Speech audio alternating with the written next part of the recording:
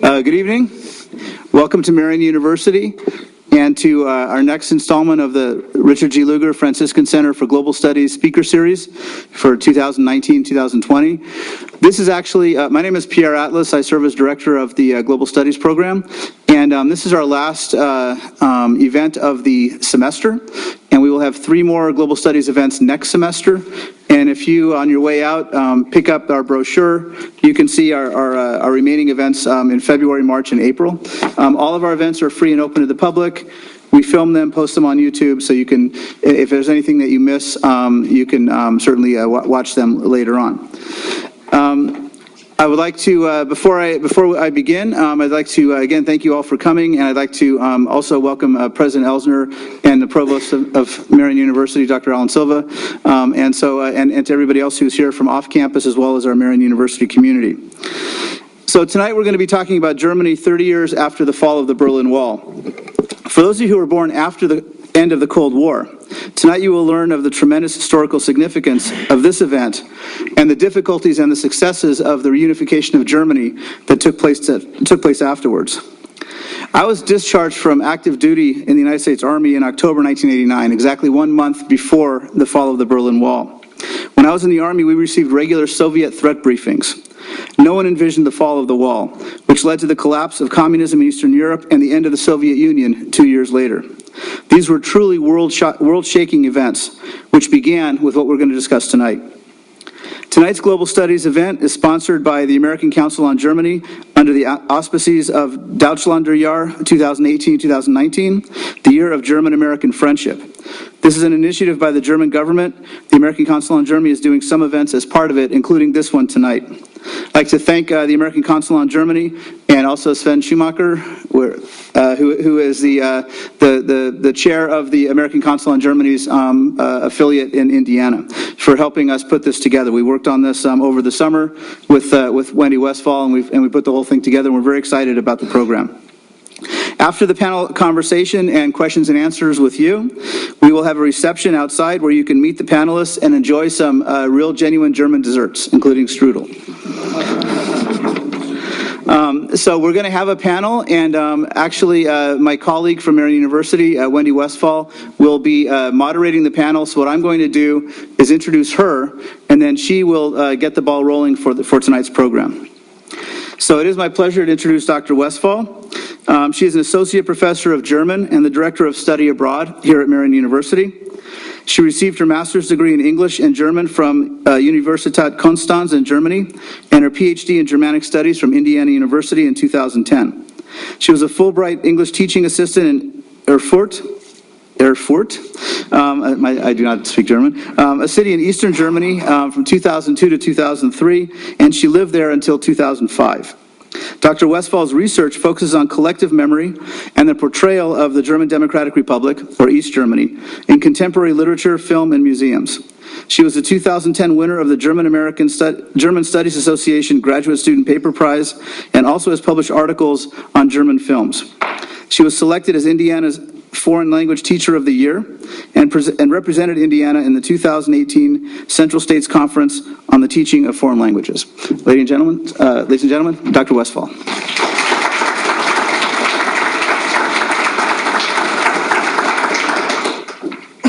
Thank you, Pierre. I think I'll present from over here, and then I have control of the computer. I like that, rather than the other way around. So thank you.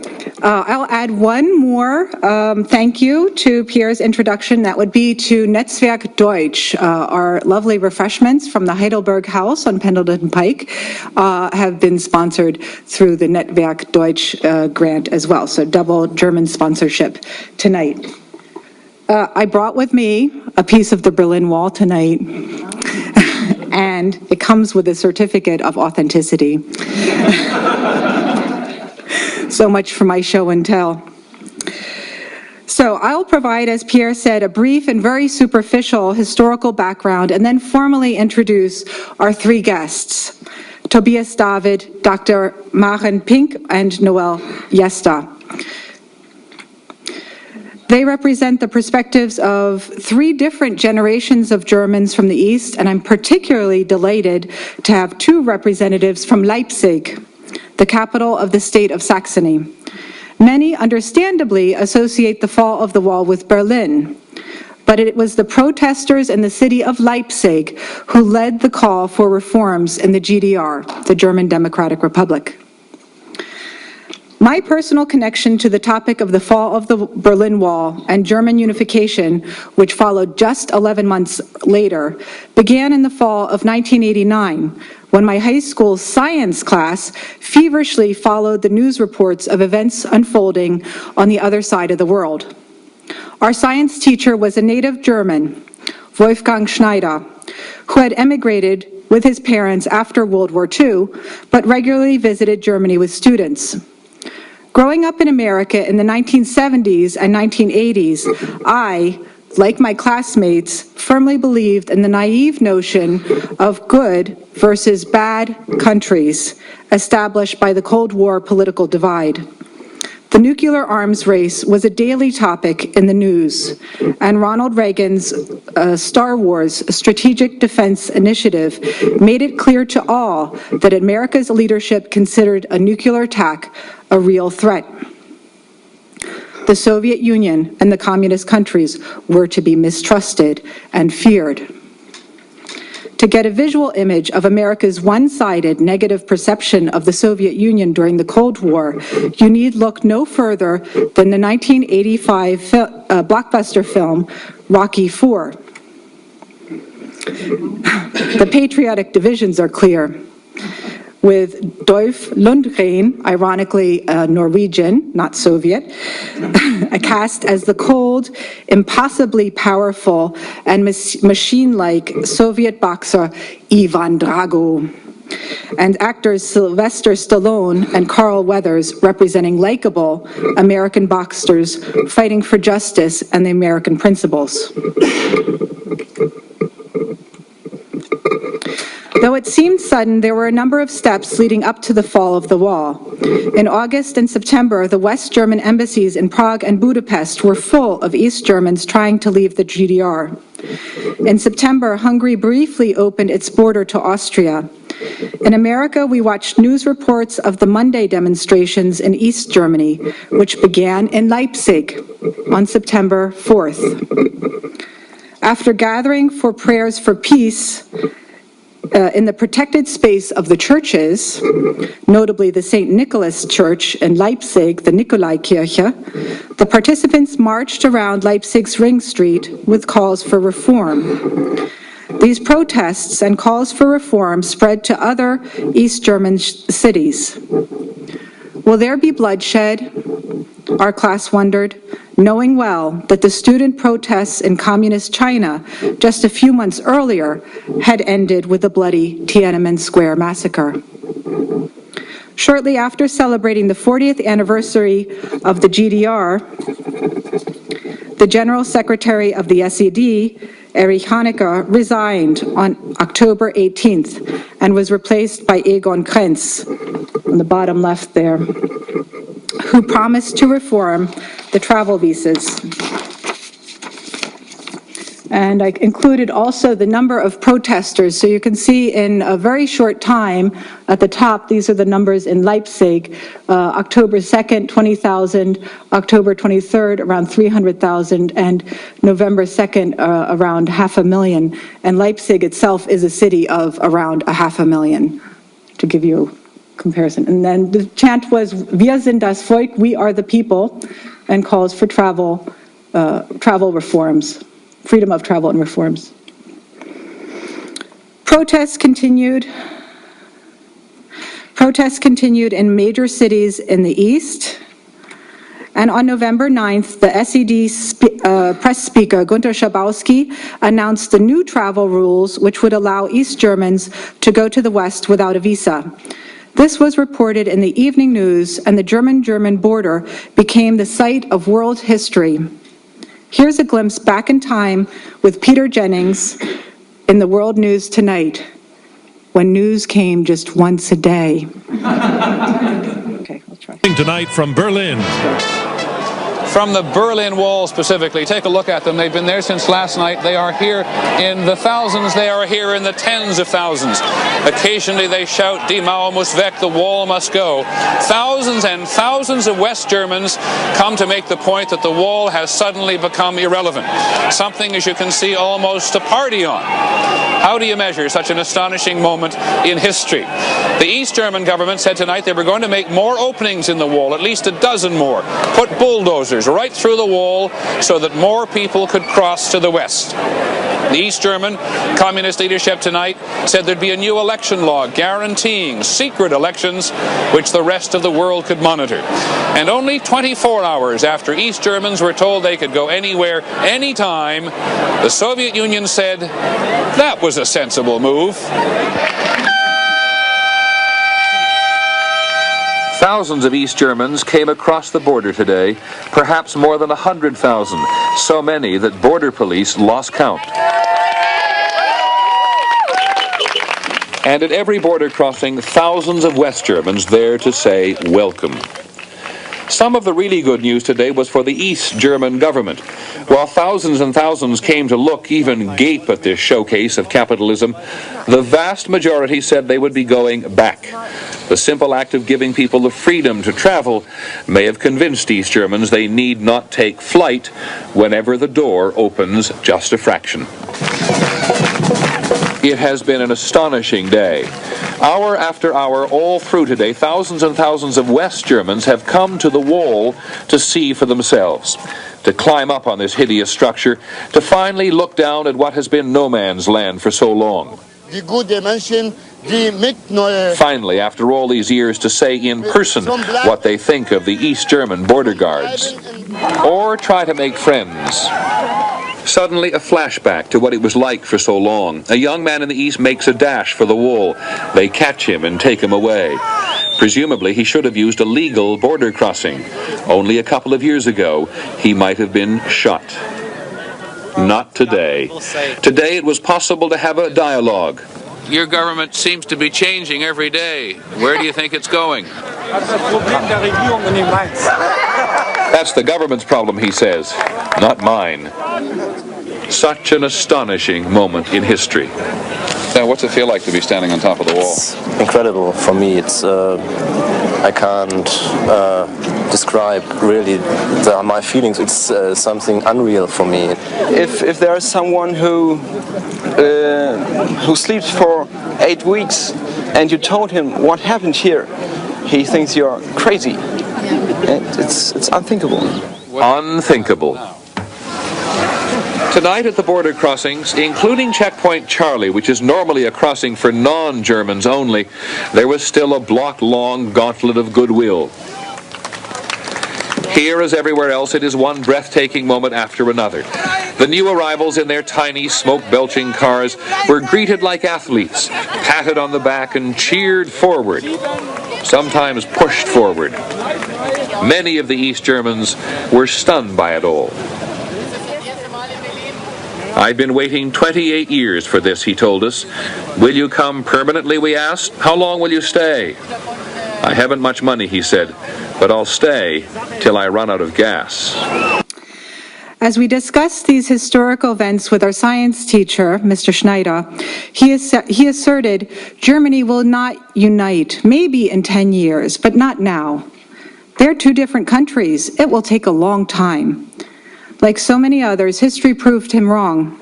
We, at least my classmates and I, perceived the fall of the wall that November and the subsequent German unification as the spectacular victory of good over evil. And we watched joyfully as East Germans walked across the border into freedom. What a satisfyingly simple story that made, complete with a happy end. What more could an American teenager want from politics? At least I was not alone in having to revise my one-sided and oversimplified understanding of these events. With every end comes a new beginning, and as it turned out, this new beginning posed a myriad of challenges for Germany. For some, the changes were too late. For others, they were too slow. For still others, they were simply the wrong changes.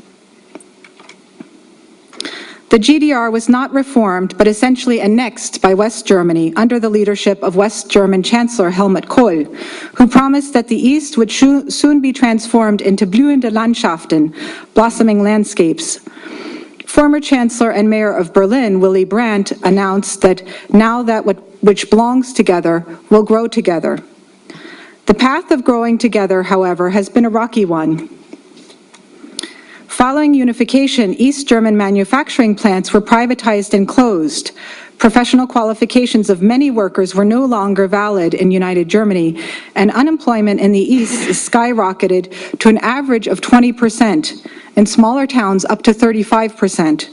And as you can see from the chart, remained very high well into the 2000s. The top line is East Germany, the bottom is West Germany, and the gray is combined. And these statistics do not include the forced early retirements that so many took in the years after the unification. These are just the economic changes. There were many others, and depending on a person's situation, German unification could be seen as a very positive or as having a very positive or very negative impact on the individual. The rise in the phenomenon of Ostalgie, or nostalgia, for East Germany in the late 1990s showed that despite widespread euphoria surrounding the fall of the wall, the subsequent German unification was, for some in the East, not all roses. This Saturday marks the 30th anniversary of the fall of the wall, and I'm delighted that we can commemorate this world-changing event with tonight's panel discussion. It's my great pleasure to introduce our three panelists who will share their stories and offer us insights into three different generational perspectives. After this, we'll have time to address some questions. So each panelist will speak for around 10 minutes, and then we'll have some questions I've prepared, some questions the audience has, so we can have an open discussion. I'll introduce all three panelists. Our first will be Tobias David.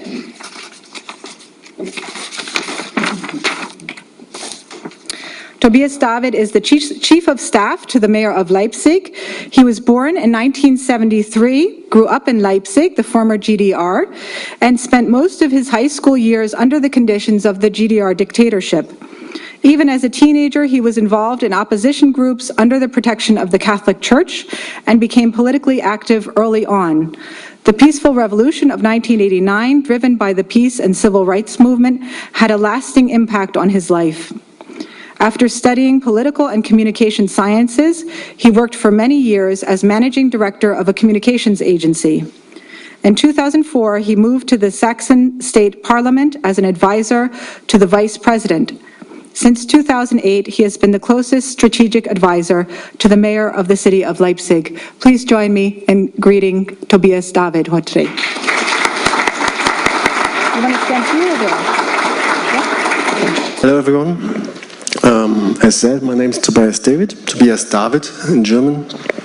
I'm from Leipzig. Who doesn't know Leipzig? Leipzig is the 8th largest city in Germany. It's now 600,000 people there.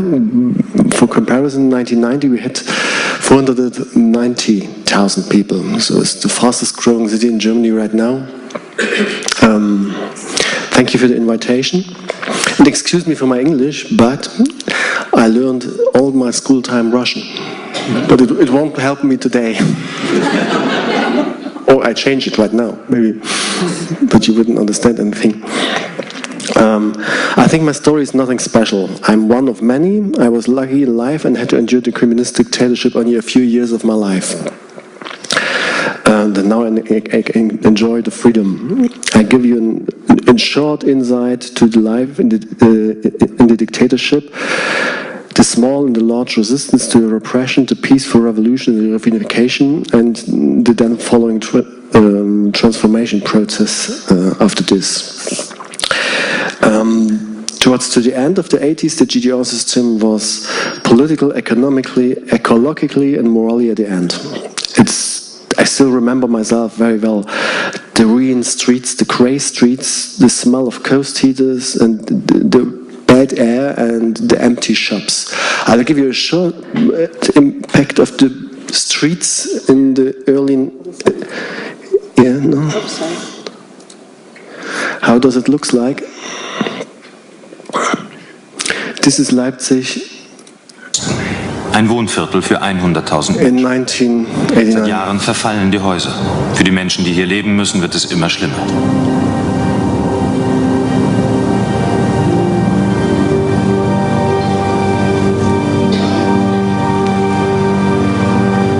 So sieht es auch in vielen This anderen isn't a black and white video, this is a colored video. Nicht nur der allgegenwärtige Verfall verbittert die Menschen. Es fehlen Dienstleistungen und viele Waren in den Geschäften. Auch die medizinische Versorgung ist unzureichend. Große Vorhaben und große Versprechungen, das haben die Leipziger satt.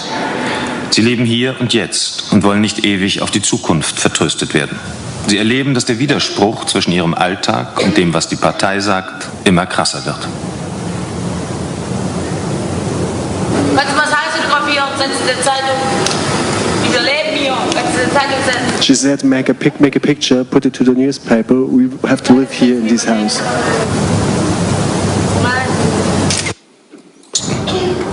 Okay. That's the situation in 1989, in the late 80s. And yeah, everyone knows sometimes must change. I grew up in a Catholic family. My parents were active in the parish. My mother works in the church administration. My father was an industrial worker, normally Eastern German company. Yeah. And while I tell you about the parish and our Catholic Church, because it was a special situation. While in the GDR, the government monitored everything and everyone. The Stasi, the East German KGB. The parish was a place of openness and for small freedom. Certainly, you know the novel 1984 from George Orwell. This was fiction, this book, but it was reality in the GDR. If you lived there, you could feel it. I know some friends who have been jailed for their open words with no chance for a fair trial. Yeah. Many knew that, but it was never allowed to be spoken out in an open space. Every neighbor could be from the Stasi and betray you, and then you have been the next. You would have been the next in prison. Yeah. It was enough to go often to church, so the system changed my life. Tried to change my life completely. After my 10th grade, I would like to go to high school, and my achievements would have been made easy for me, but I got a clear message from the system. They don't want me to go to high school or to study. So I took another job. I tried to learn the job as a typesetter. Yeah. Can you imagine what it means to a young man who wants to learn everything when he got this clear message? It's unbelievable now, it's unbelievable in freedom, but it was reality in this time.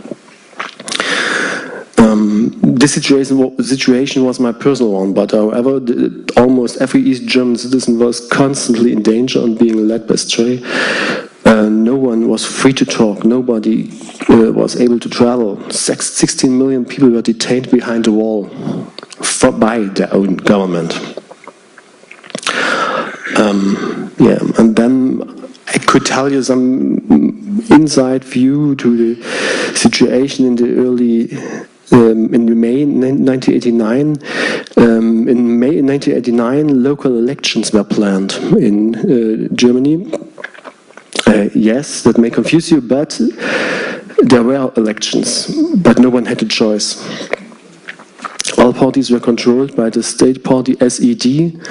All parties, from the Christian Democratic Union to the Peasant Party and the Liberal Party, were united in a bloc of a national front, and that was controlled exclusively by the SED and the apparatus of the dictatorship. The election was a farce. With my friends in our community, we planned to observe the count on the election night.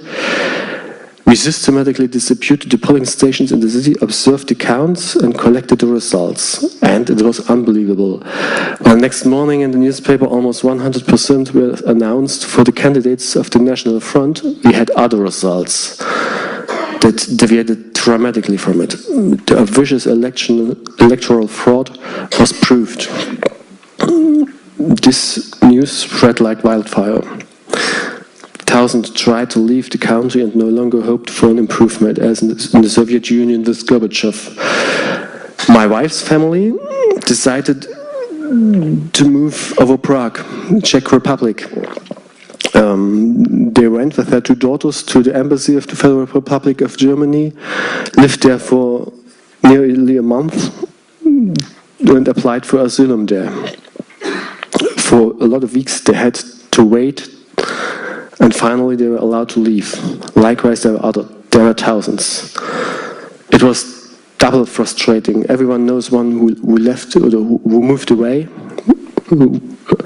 and your friends, your families went over Austria, over the Czech Republic to the west, and a lot of friends you missed after this.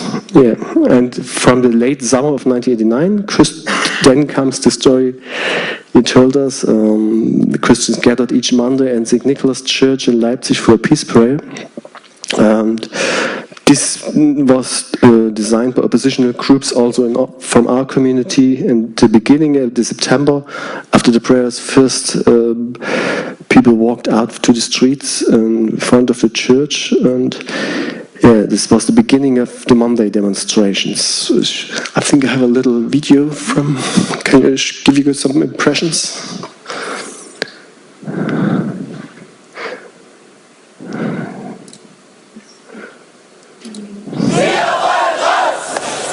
This is from the first Monday demonstration.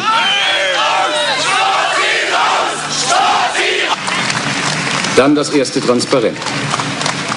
Für ein offenes Fass.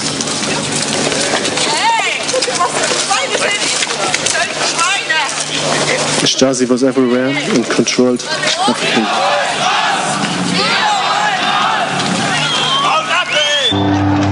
Later on, this happened and a lot of people were detained and came to prison. 1 week later, on the 9th of October, after the state reacted violently, in the morning I was called by my director of the school, and she said to me, "Don't go to pray for peace today, stay home, it's too dangerous." Obviously, the Stasi had heard that I was there and informed my school. I left, and with me there were 70,000 people who were in the center of Leipzig in the streets. Everyone was scared, afraid of a Chinese solution, as you told. And in fact, the SED in Leipzig had alarmed and positioned the army, the police, combat groups. There were a lot of forces everywhere. The hospitals had ordered alarm and blood, and it was like the air is crackling. The state was ready to strike back. And then the miracle of Leipzig happened. The people moved through the streets with candles in their hand, singing songs, singing "We Shall Overcome, We Are the People." I've never seen so many courageous and happy people in my life again. And it was the biggest demonstration ever in the GDR. Nothing, no violence, nothing happened. Yeah, I can show you also a short video of this evening.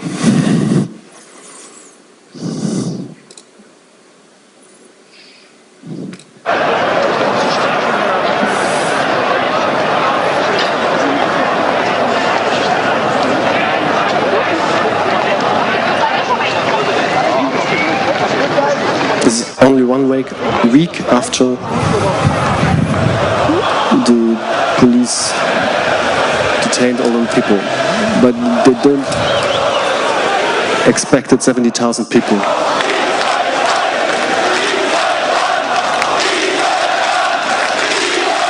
They're screaming, "Come with us."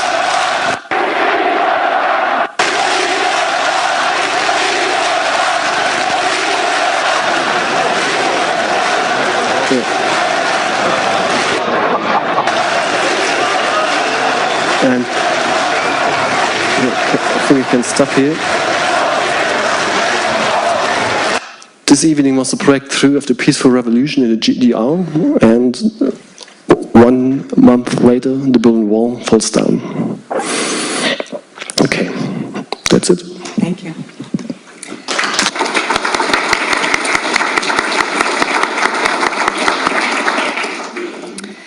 The next speaker is a friend of mine, came up from Bloomington, quite as far as from Leipzig, but still a drive. Marian Pink is a research scientist, at Indiana University in Bloomington. She was born in the German Democratic Republic in a small border town near Poland.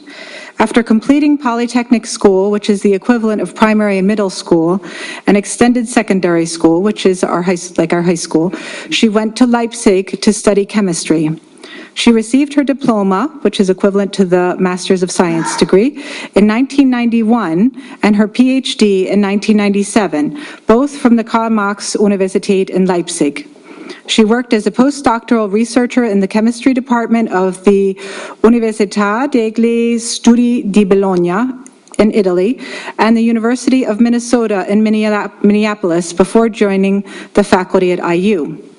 Marian was active in the Green movement, in particular the Öko-Löwe, the environmental lion, maybe, the Green Lion, yeah, and the Haus der Demokratie, the House of Democracy.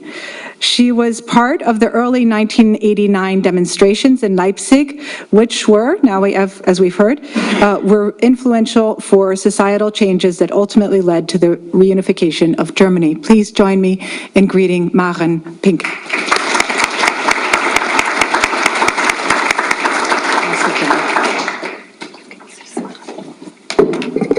Thank you very much for having me here today. So I want to start with my beginnings, with my childhood, to set the scene of where I am coming from and what my opinion is on the reunification.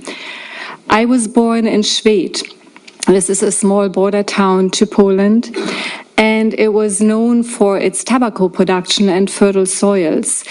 After World War II, only 36 people had survived because there were a lot of fights because of a border town and a river and a strategically important site. All of that changed in the 1960s and 70s when a big petrochemical plant was built, because Schwedt was also at that point the end of the pipeline from Soviet Union, Druzhba, friendship. And in the 1970s, there was a big influx of people moving to this now bigger town to fill the workforce for this petrochemical plant, and these included my parents. My father is originally from the Lausitz, and my mother partially from Hanover, which was the West, and now it's all Germany. And they both met in the industrial region of Halle, Leipzig. So this was a town that was built during socialist times with all new apartment buildings, new schools, new hospitals, and life was good. Consumer goods were not as plentiful as in capitalism, but they were there, and perhaps we were slightly better off than the rest of the Republic. I went through school going into all of what many East German kids went through, organizations like the Jungpioniere, Tillmann Pioniere, FDJ, all of those organizations, but by no means were we homogeneous. What was seen by the outside world was not what was discussed on the kitchen table.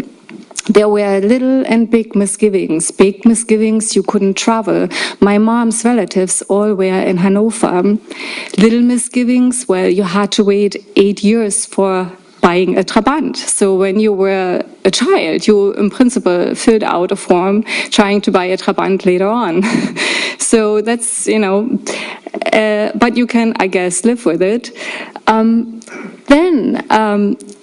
I was also, of course, in the classrooms discussing, we had civil education, political education, history, with the teachers. History is written by the ruling class, so we had those textbooks. But by no means did we not discuss, and we were not right away imprisoned asking questions.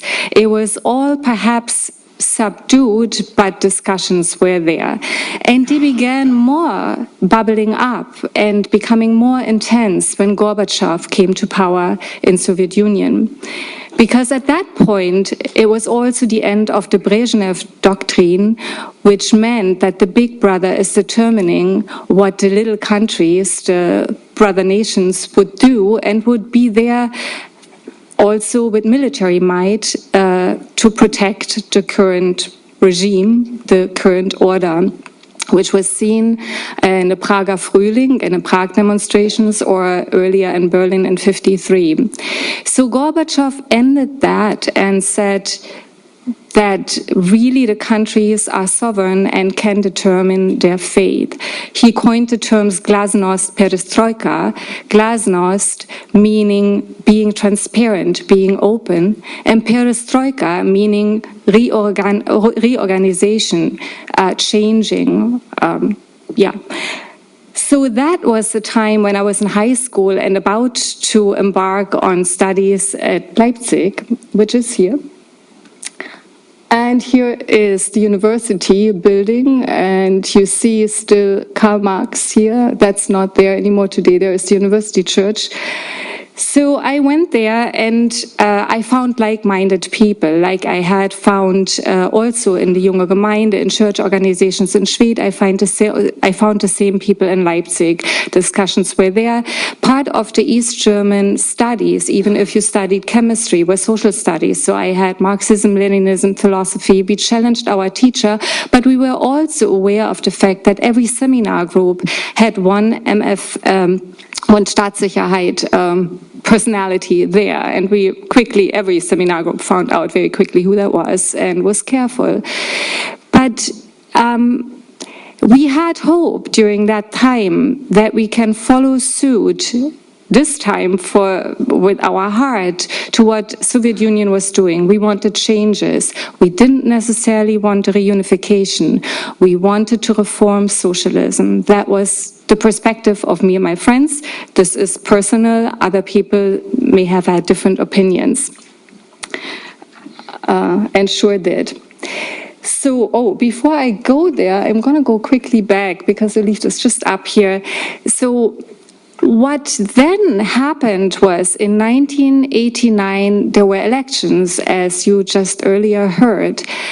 And elections in East Germany were reported as nearly 100% of the people were voting, and nearly 100% were voting for the candidates that were put forth. We went and watched who cast votes. I came late, and when you come late, that in East Germany you had election helpers who would find you and escort you.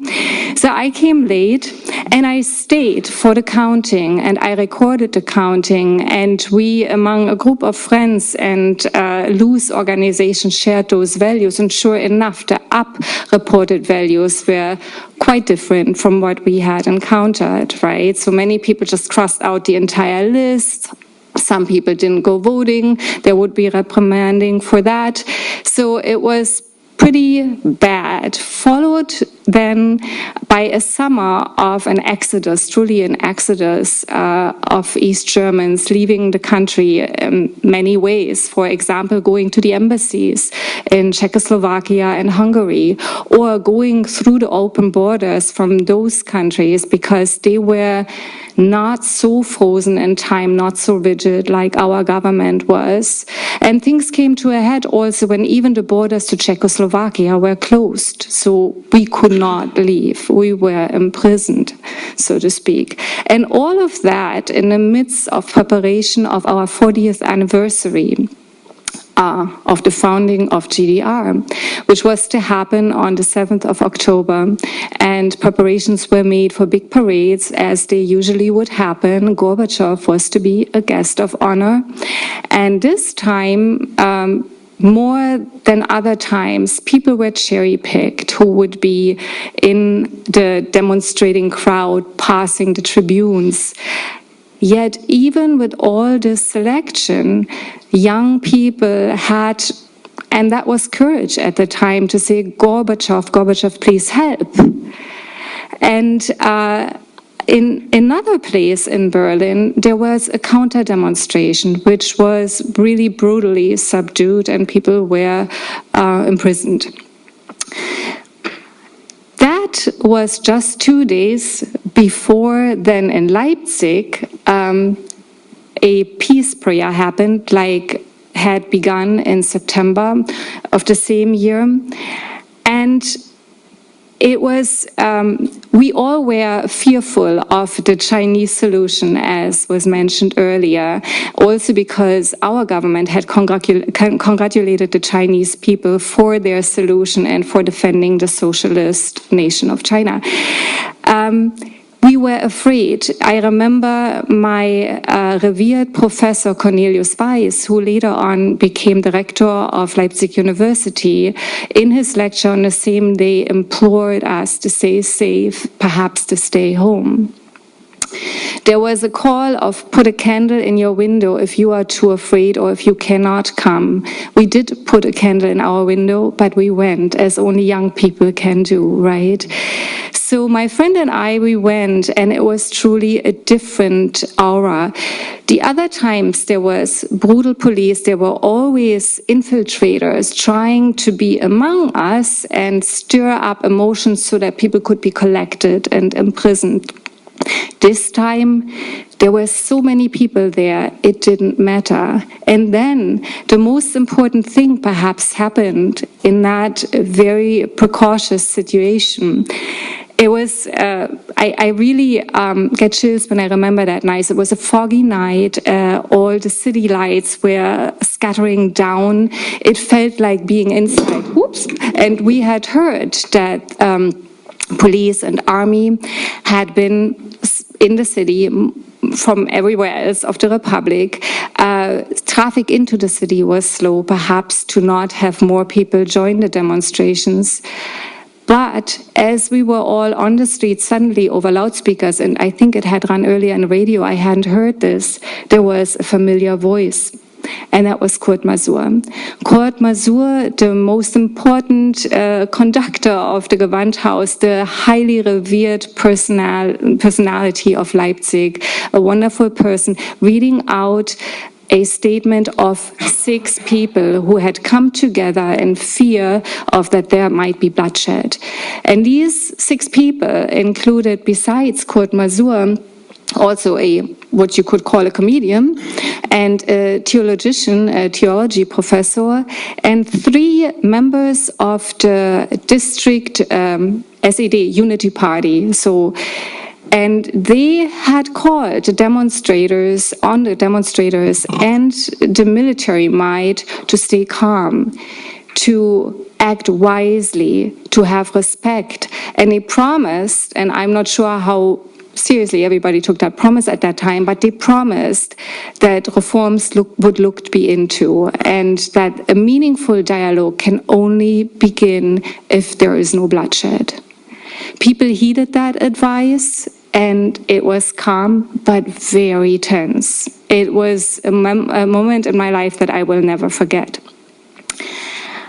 But Leipzig could have been I want to actually mention this too. There is a fantastic mural in Leipzig by my good friend Michael Fischer Art, you can look him up on the website, who is depicting the demonstrations, the exodus also, and the fall of the Berlin Wall. And I want to show here perhaps the demonstrations. He says always the world has to be more colorful. So we did not want that Leipzig would be the one odd out, and in another place there might be bloodshed. And peace demonstrations continued, although they changed. Now that the ice was broken, more people came out, and the chance for reform turned into the chance of we want to leave, we want Valuta Mark, we want to have all the consumer goods. So it was more mixed, more diverse, and more people.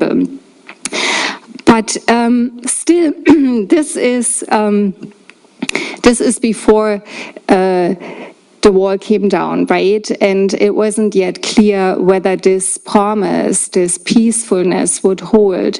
So there were more Monday demonstrations, but on the 4th of November, I'm leaving this up still, I traveled to Potsdam on the 4th of November, which is not a Monday. In Berlin, there was a big demonstration. I traveled to Potsdam. Many other cities had demonstrations, and they remained peaceful. And people showed that this is not a Leipzig thing. This is an East Germany thing. And yes, it can remain peaceful.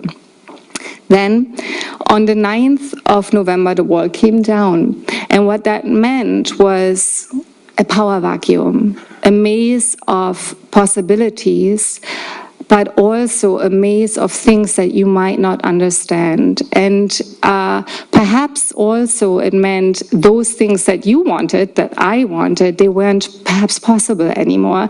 I remember that day my mom was visiting me because the next day after would have been my birthday. We were sitting at a restaurant having a glass of wine and we started crying. We said, now everything is lost. Now, everything we wanted to reform, everything we wanted to merge together, the good sides of East Germany that we wanted to keep, likely we cannot preserve. But you cannot be depressed, right? So you have to try to make the best of things. And I think summarizing my feelings is a quote like this. I have this translated for you, so you don't need to read the German. This is Christa Wolf, a lovely writer from Germany. She has passed since 2011.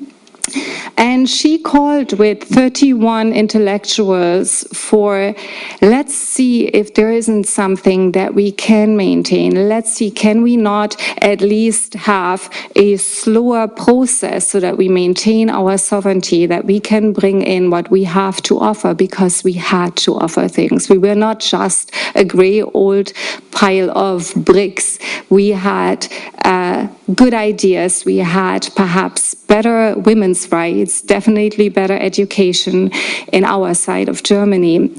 And that call was quickly signed by 1.2 million people who were concerned that we will be just swallowed.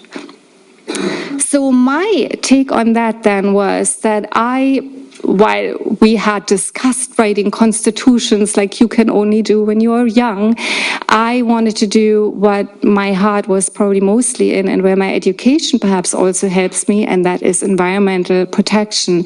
Because these were data, and Leipzig was a region that was very polluted, that were not available in East Germany. So, and with the West coming in, I also didn't want to have those environmental sins there. So I poured all of my efforts and all of my work into environmentalism.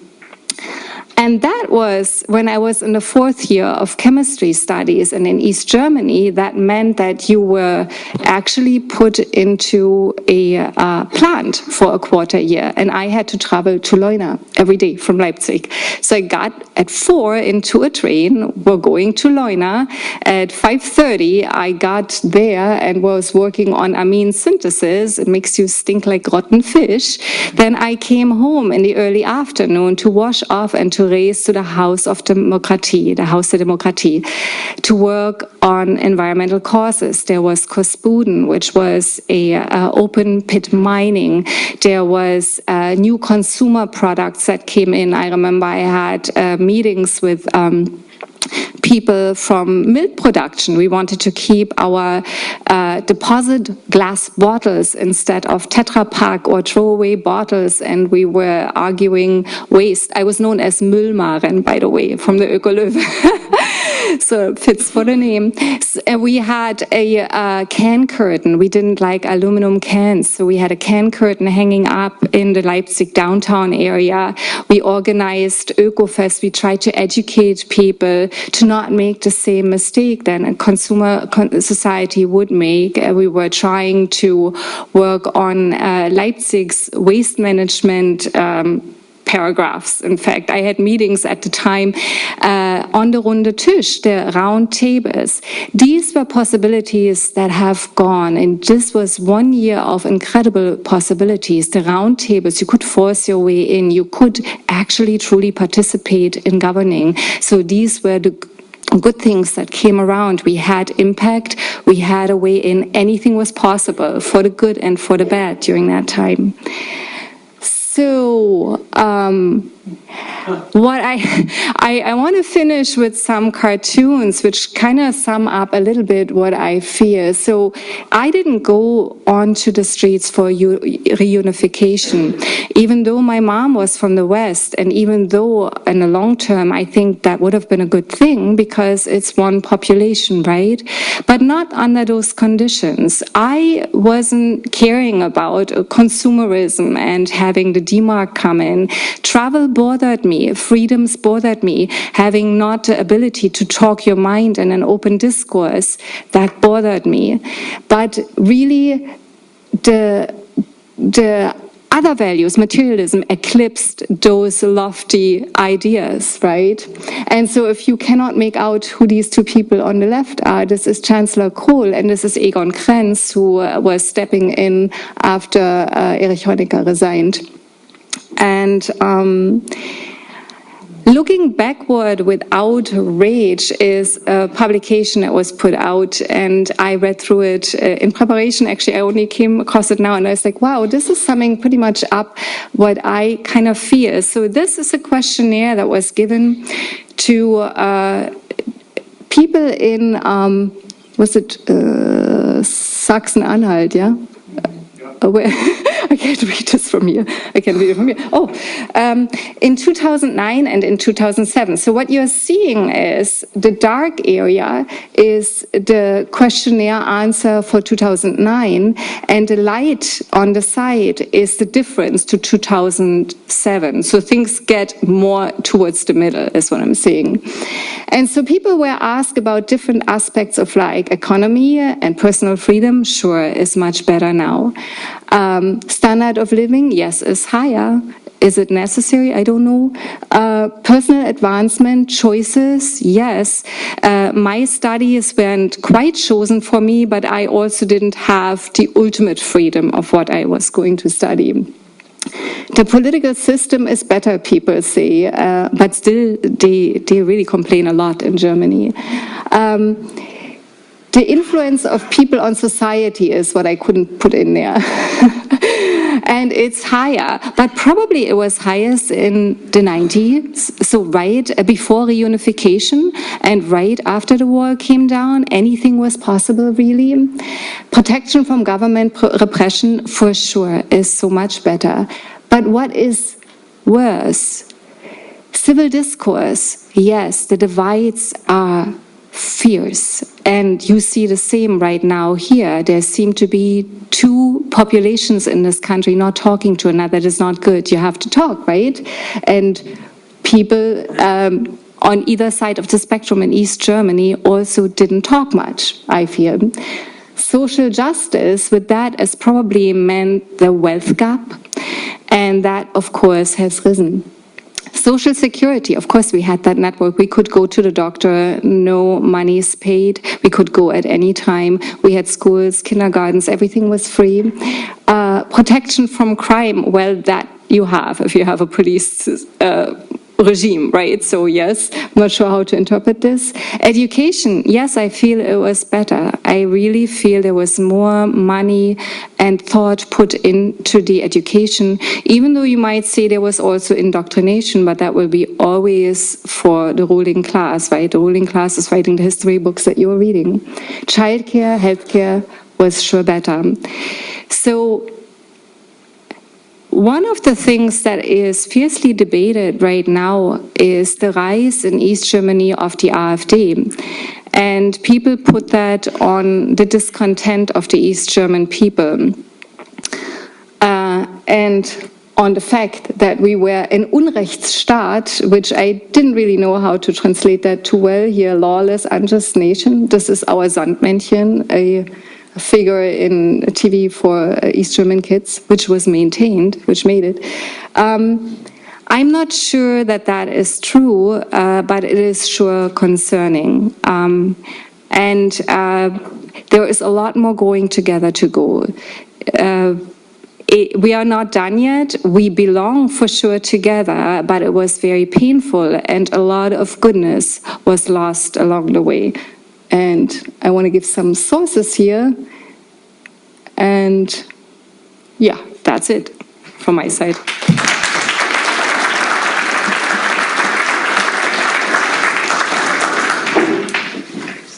Thank you, Marian. That was a good last word, concluding word, the growing together, because our last speaker is a product of United Germany, born 9 years after the wall fell, and will be able to speak a little bit of what the youth today in Germany feel about unification, Germany East and West. Is there a divide? It's very clear if you're in Germany, you study German, there's a very clear divide of opinions about the fall of the wall, and it has to do with what your situation was. Were you a winner or were you a loser? Our next speaker is Noelle Jester, born in 1998. She grew up on the east side of Berlin, Germany, and went to the Johann Gottfried Herder Gymnasium, a language high school that is located on the east side of Berlin. After getting her high school degree, Noelle decided to move to the United States to study business analytics and management. And she's currently a senior at Marian University who's looking to start a career in her field of studies in either the United States or Germany. Please join me in welcoming Noelle.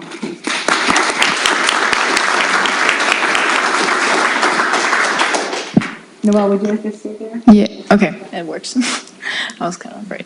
Okay, first of all, I want to say thank you for having me. As Professor Westphal said, I was born on the east side of Berlin, so I'm 21 years old, so I was kind of born after everything happened, but obviously, like, it's something like major, and my grandparents and my mom, like, they all tell us stories. Me and my sibling, I have a twin sister, so we all know about it. It's something that we learn in high school every year over again. So yeah, a little bit about myself. I grew up actually in Spandau. That's where I was born, and that's on the west side of Berlin. But because my family grew up on the east side, we moved right back after I was born. So yeah, I grew up on the east side. I also went to high school on the east side, which is why I had to learn Russian as well, which is something that's not just in Berlin. It's like everywhere on the east side that in Germany that you have to learn Russian as it's one of the required languages. But yeah, so a little bit about my family. My grandma and my mom were both on the east side when everything happened, and when the wall fell, obviously every single one, like, no matter how old you are or like where you were, like, you remember where you were at that moment. And so that's something they always talk about, and then it's a matter of fact how long it took you to go over to the west side. And I think my mom and my grandma, they went the same day, as well as some other close family members. Yeah, so my grandma, after the Second World War, she wasn't a part of any political party, so that made it really hard for her because people were always kind of like questioning her side, and they were always afraid that she was one of those who was really wanting to go over and flee to the west side, which actually she was trying to like go camping one time and took my mom to go on like a trip, and she got denied because they were afraid that she was gonna flee over Italy and then go to the west side, which wasn't her intention at all. But because she wasn't a part of the party, it was really like difficult for her, and she couldn't really have an like opinion, like she couldn't really talk open about it. She had to be really careful about what she said to who. And I think from my point of view, from my generation, We've been really like fortunate to have the freedom now after the unification that we can say what we want without having to look out for what could happen, for getting arrested possibly. So that's really huge. We have the freedom to learn English. So even though I had to learn Russian, everyone learns English nowadays, even in kindergarten. So that's something that's really huge. And I think just in general, like, yeah, you like talk about like how everything happened, but there's no real like, oh, West and East. Like, yeah, we're unified and we don't talk as much about it as the older generations. Like, we know about it because we hear so much about it and we have the influence. Like, we were influenced by our grandparents and that's why we think the way we are. But we're a lot more unified as a generations than the other generations were. Very good. Thank you.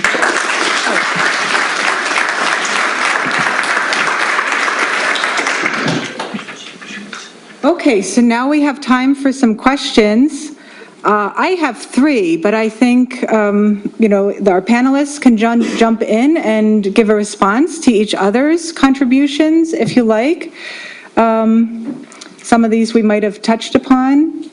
So one question would be, if you could go back in time, Marian, you talked a lot about things that you would have done differently or hopes that you'd had for reform. And I think this was really in the air also to Tobias. What changes would you have made to the unification process? There was a lot in the air between October or November 1989 and then unification. Or would you have made any changes?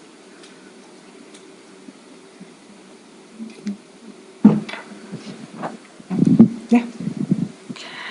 Okay, so I could not have changed anything, but I wished that our government would have opened up to have not this feverish process that happened of killing one government, pushing in another one, and then being basically eaten, swallowed, right? I wish Glasnost and Perestroika would have arrived in our country, but it really did not because people were so incredibly rigid.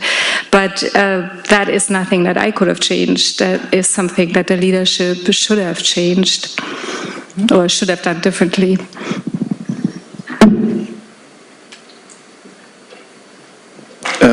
If I look back, I would wish we had more time.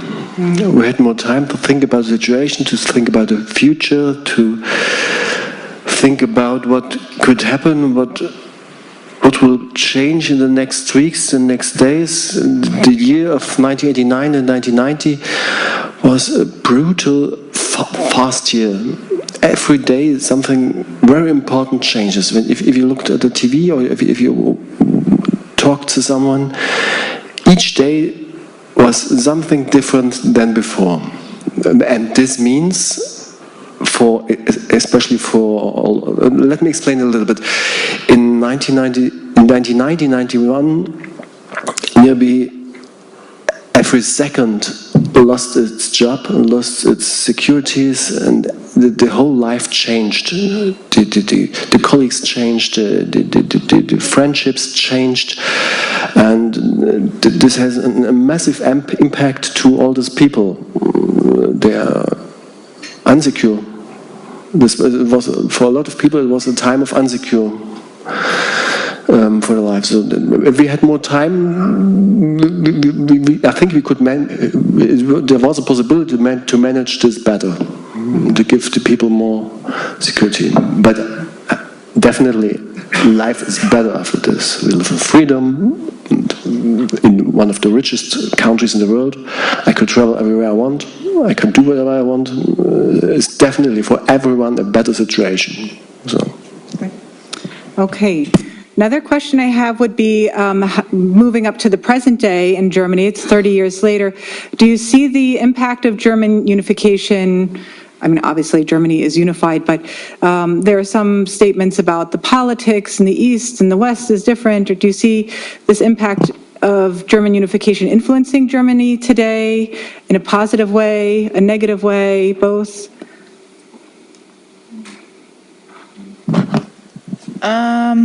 Yeah, I guess I can speak to that a little bit. So as we heard, like the West kind of like bought the East. So like a lot of like big like West companies like bought East companies, which led to a lot of people in the East losing their job. And so we talked about the insecurity and like all kinds of that. And I think that's still in everyone's mind, especially on the East, which nowadays with political parties, you can kind of see it. A political party that you can compare here maybe to the Republicans is more on the East side, where like a lot of people on the West side are voting for Democrats. And I think that has to do with it. And I think, yeah, I just think that this will influence like, or that already influences like my generation, like the way people vote. And I think that kind of like goes back to like when people lost their jobs and they're still like upset about it and angry about it. So they're voting for a party that kind of like reflects that, I would say.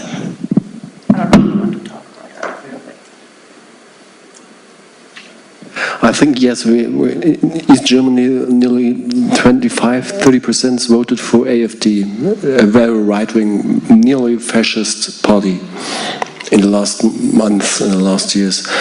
And I think it happened because most of the voters of these parties are elder people who lived during this time and lost their jobs during this time and lost their securities in this time, and they are now angry. They're angry about digitalization, they're angry about globalization, they're angry about the refugees they come, and maybe they will take us something away. Will I lose everything again? So that's an impact of this fast change in the early 90s that happens right now. Yeah, I will continue that notion.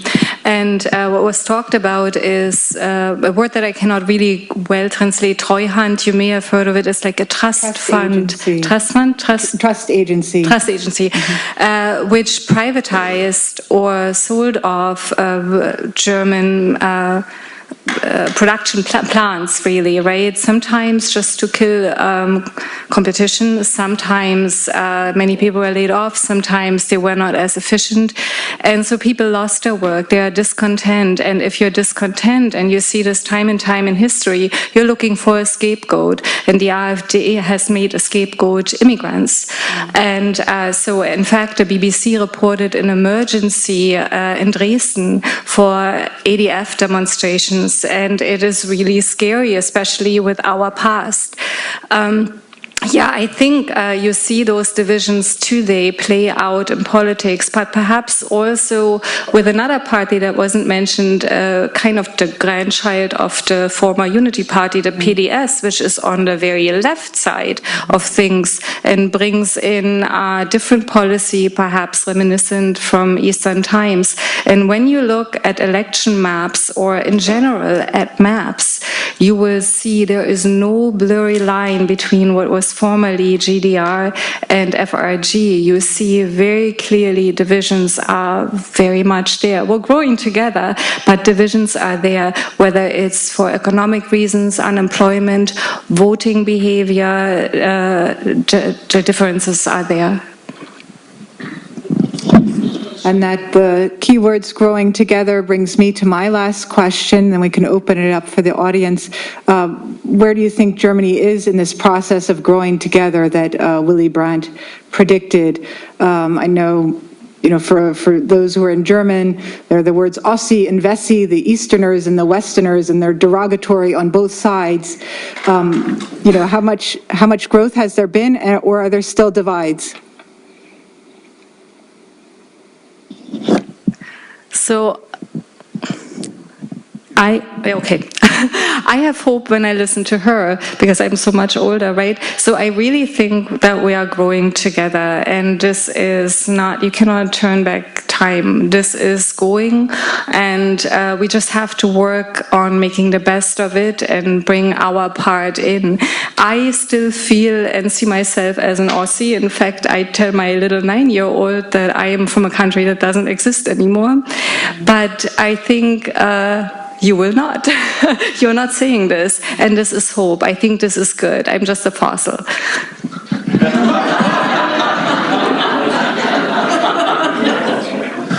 I think it's not longer the difference between East and West. It's more a difference between the big cities and small villages and the areas around. Most of the big cities are open-minded. They are open to the world. They live young people who could live everywhere in the world. They are multicultural. They're blowing. It's great to live there, but in small villages, sometimes 20, 30 kilometers away from the big cities, there's a completely different life. The last supermarket closed. There's no cinema. There's no public transportation, and you could see this in the election maps. For example, Leipzig is a city. It's a left city. More than 60% voted for left parties, the Greens or the Social Democrats or the Linke, the lefts. 20 kilometers away, it's a completely different situation. So, and this is the same in the east and in the west. If you go to the flat land, maybe it's very similar to the United States. Yeah, true. No? No. Okay. All right. So we have time. I think first let's thank our panelists for their contributions.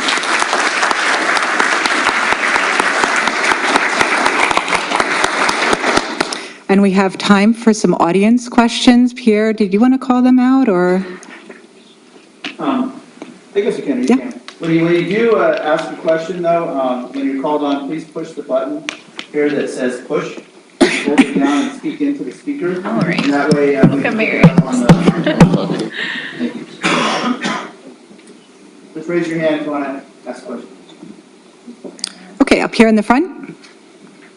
So, thank you. Oh, yeah, that's right. You know, I'm looking for something that says push and even with my glasses. And a little light up. Hold it down. Okay, can you hear me? Well, if I push any harder, I found thumb with the tail. Okay, just talk. Speak really loudly. I can repeat your question. I can actually do this quite loudly. So, thank you all. I was there. It was an incredible experience. I was on the other side. And I was wondering, because I'm much older than both of you, did you have any conversations with some of your friends or relatives in what was then West Germany about how they were viewing, because I remember the conversations that I was having, about, you were saying how everything was going to get swallowed up and everything was going to be taken away. And the West Germans were thinking the same thing. They were feeling that if the wall came down, all of these Germans were going to come rushing into West Germany and take their jobs and make life harder for them. And I just wondered whether you had any discussions with some of those people back in that day. So you might remember that I said that my mom is partially from the West and partially from the East, which meant that we were visited every year by the relatives. So she had 13 cousins and near Hanover and Ronnenberg. And also she was permitted to travel, but not with the family, only alone, so that the family would not stay. And we had fierce debates and arguments, I remember. that was before the wall came down and after. And you're right, there was a lot of fear for tax dollars or tax D-Mark going into East Germany, paying now for rebuilding everything. There was the Solidarity Beitrag, the money that was going to make the Osten in blühende Landschafts, in blossoming landscapes. So there were fierce debates. There was fear on either side for perhaps not so much for the workforce, but for the money spent or wasted into the West. But in principle, there was also the welcoming of unifying a family, in our case, or a country again.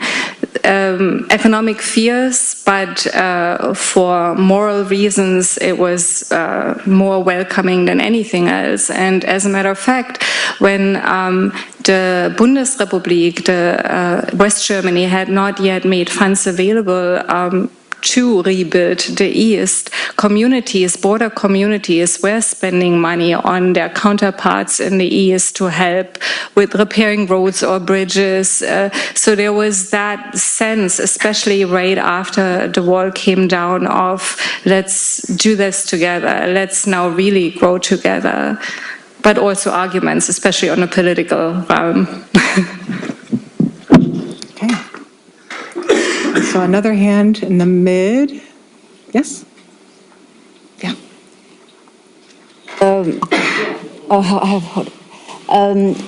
Marian, you said that the education was superior, was excellent, at least you said.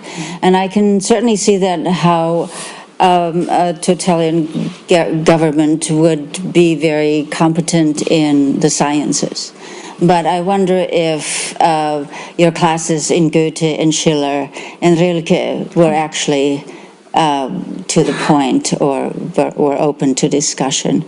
And I wonder if Tobias David would have something to say about his experience in studying Goethe and Schiller in the DDR.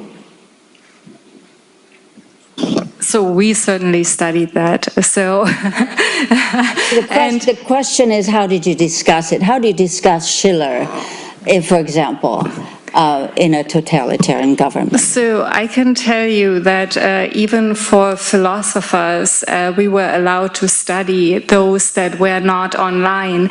Leipzig has a collecting library that also Frankfurt Main in the West has one, having every publication. I went into the poison room, into a room that was not that where you cannot take away the book, and you had to read the books there. So I was reading philosophers which had dissenting views from the common government, and certainly for literature, I think we were right there. I think, yes, math and the sciences, we were scoring higher. We had more languages. I had Russian and English. I studied Hungarian later, then I studied Italian. And I think in general the organization of the system was better. And then Baden-Württemberg's system was actually introduced into the East, and it was a failure. And you see in a PISA study also that people are better. And while I am a scientist, I put value into philosophy. I put value in literature. And I think we were having as much education, especially of our fantastic literary heritage in Germany, than the West counterparts. And, you know, we had the cousins coming, so we had those debates on the kitchen table at home. I wouldn't completely agree. The school education system in the GDR wasn't free, so it wasn't definitely not better than the now free school system that we have in the reunified Germany. I could compare the school I was to the school where my 3 children are going right now, and the difference is that they are in a very early age very open-minded. They ask a lot of more questions, and I think it's better they do it this way in freedom than to learn what they have to learn. So I prefer the open system.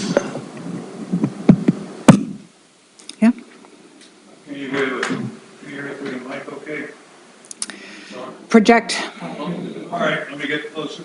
Better? Yeah. Let me shout.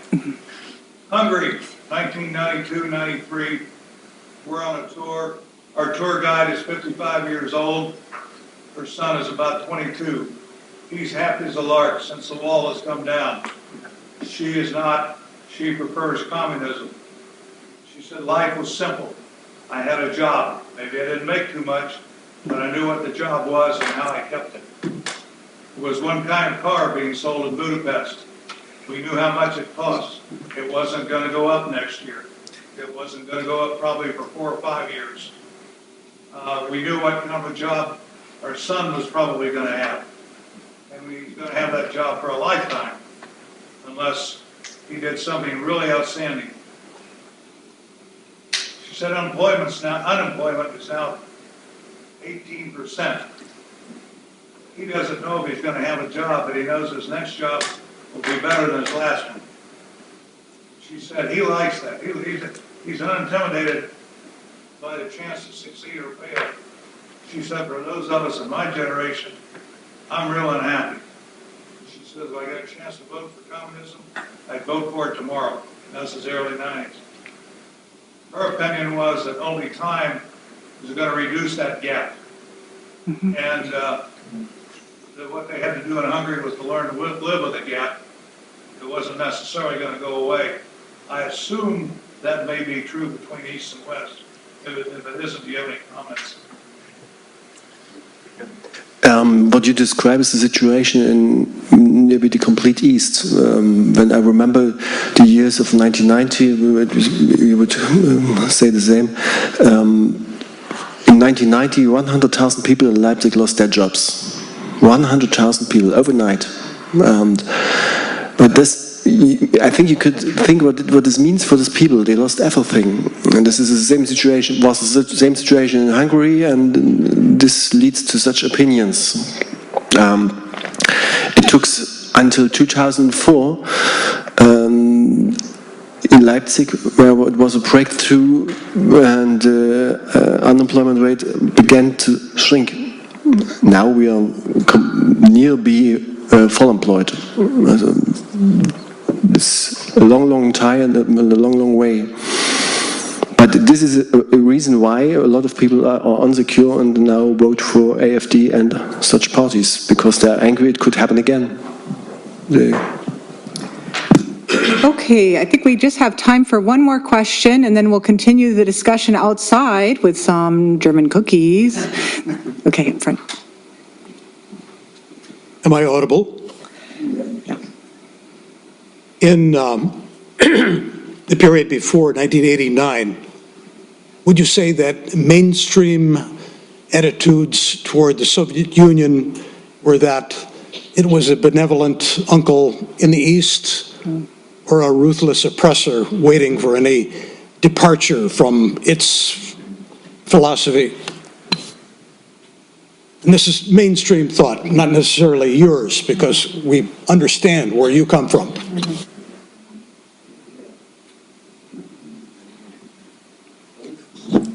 Well, school certainly taught you that was Big Brother who is helping you, but that was, of course, not what we remembered, even with the history of the Prager Frühling, with the tanks rolling out.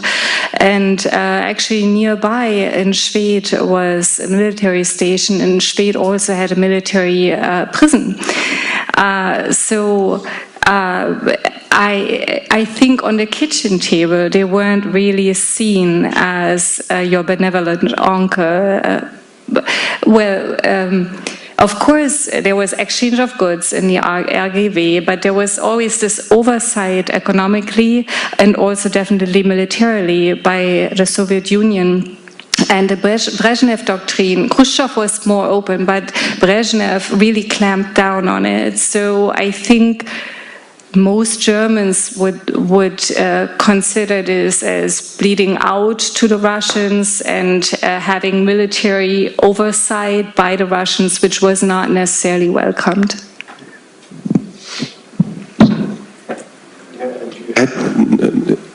Not many people had personal relations to Soviet people. This was not. There have been no personal relations to people from Russia or from the Soviet Union. Not very often. It came from up. Okay, yeah? All right, well, let's give a hand to Wendy.